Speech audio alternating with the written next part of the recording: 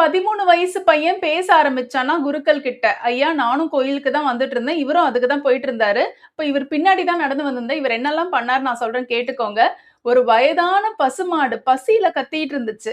இவரு அந்த வயல்ல இருக்கிற தேவையில்லாத புல்லெல்லாம் பறிச்சு, அதுக்குன்னு நேரம் ஒதுக்கி அதுக்கு பசி ஆத்திட்டு வந்தாரு. தண்ணியும் வச்சுட்டு வந்தாரு. அது மட்டும் இல்லாம, ஒரு சின்ன குழந்தை பந்து வச்சு விளையாடிட்டு இருந்துச்சு. அதோடைய பந்து சாலைக்கு நடுவுல வந்ததுனால, ஒரு தேரு திடீர்னு வந்துருச்சு. அத பார்த்த இவரு தான் உயிர கூட பொருட்படுத்தாம அந்த குழந்தை உயிர காப்பாத்துனாரு. அது மட்டும் இல்லாம நம்ம கோயில்ல யாசகம் கேட்கிற ஒரு 10 வயதானவர்கள் இருந்தாங்க.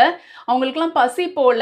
அவங்களுக்கு இவர் என்ன செஞ்சாருன்னா, பக்கத்துல இருக்கிற ஒரு சின்ன சாப்பாடு கடையில சாப்பாடு எல்லாருக்கும் வாங்கி கொடுத்தாரு.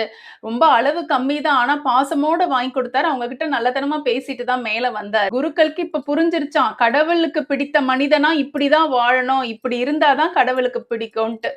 அன்னியிலிருந்து அந்த கிராம மக்கள் ஒருத்தருக்கு ஒருத்தர் உதவியாவோ, இவர் செஞ்ச நல்ல செயல்கள எல்லாரும் செய்ய ஆரம்பிச்சாங்களாம். ஏன்னா, அவங்க எல்லாருக்கும் ஒரு ஆசை என்னதுன்னா, எல்லாரையுமே கடவுளுக்கு பிடிக்கணும்னு தான்.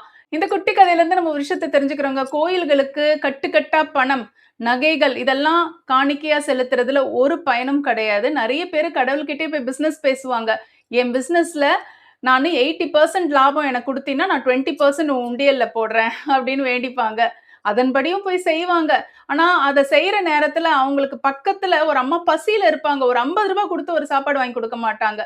இந்த மாதிரி இருக்கிற மக்களுக்கு இந்த கதை ஒரு உதாரணம். குட்டி கதை உங்க எல்லாருக்கும் பிடிச்சிருக்கும்னு நெனைக்கிறேன். அடுத்த குட்டி கதையில உங்கள சந்திக்கிறேன். நன்றி, வணக்கம்.